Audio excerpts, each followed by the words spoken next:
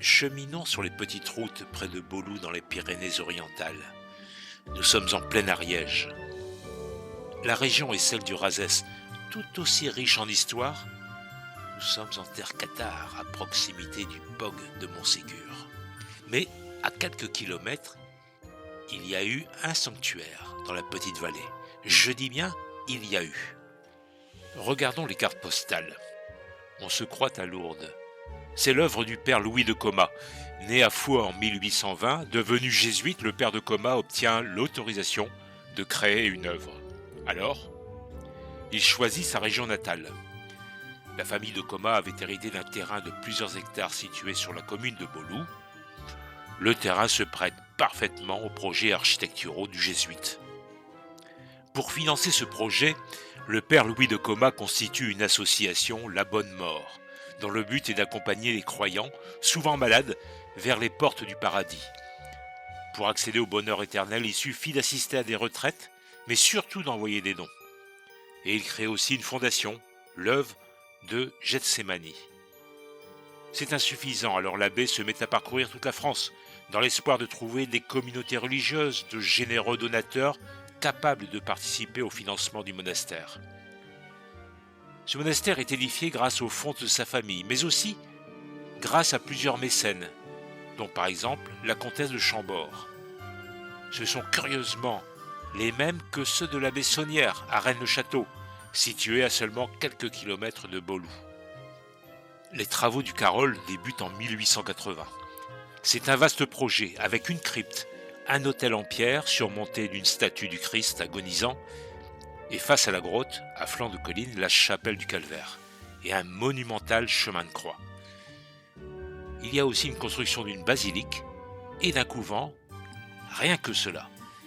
L'église est implantée sur un promontoire au-dessus de la crypte, le couvent en contrebas et le cloître face aux cellules des religieux, accolés au transept. Et une ferme agricole complétera l'ensemble. Le monastère est terminé au début de l'année 1900. Il a fallu 40 années de travaux. Et tout cela, pour qui ou pourquoi? Et a priori, pas pour y loger une congrégation. Les bâtiments resteront totalement inoccupés ou presque. Le père de Coma est mort en 1911. La paix, il l'attendait sous la pierre froide de son tombeau à la crypte du Carol. Il avait préparé son tombeau comme on fait son lit. Il y pensait y dormir l'éternité entière parmi les siens.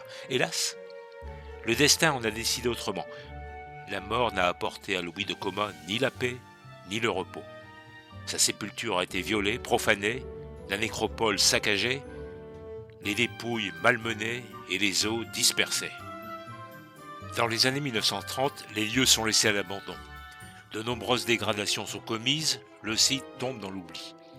Les bâtiments devenus propriété du diocèse à la mort du père de Coma sont vendus au milieu des années 50 à des acquéreurs privés et sous condition expresse que les bâtiments religieux soient rasés. Ce qui fut fait par un dynamitage en règle en janvier 1957. Il ne reste aujourd'hui que des tas de pierres cachées sous les broussailles et une petite partie du monastère.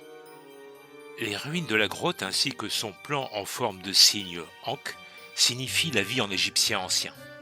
Cela montre un culte à une probable Marie-Madeleine Isiaque. Cela évoque la résurrection. C'est peut-être cette référence au symbolisme égyptien qui a poussé l'archevêché de Pamiers à faire dynamiter le monastère en 1956 sous prétexte d'abandon. Parmi les indices toujours visibles aujourd'hui, on peut encore voir dans le caveau où reposait le père de Coma une croix de Malte qui reprend les armoiries de la famille de Coma. L'un de ses ancêtres était probablement un chevalier de l'ordre de Malte, ordre qui a récupéré une partie des biens des Templiers. Le père Coma fera aussi, entre autres, édifier un cercle de pierre levée, un cromlech, censé représenter la couronne du Christ, mais dont on dit qu'il s'agissait d'un monument destiné à la célébration de culte au moment des solstices. Cette histoire est troublante. Pas loin du monastère du Carol, entre le Mas d'Asile et Saint-Giron, vous découvrez l'église de Raynaud et son chemin de croix dont les plaques viennent du chemin du monastère du Carol. C'est le Vatican qui a ordonné cette destruction, un cas quasiment unique dans l'histoire. Mais pour quelle raison? C'est là toute l'énigme du monastère du Carol. Des mystères toujours présents. Les raisons de cette destruction se trouveraient donc ailleurs.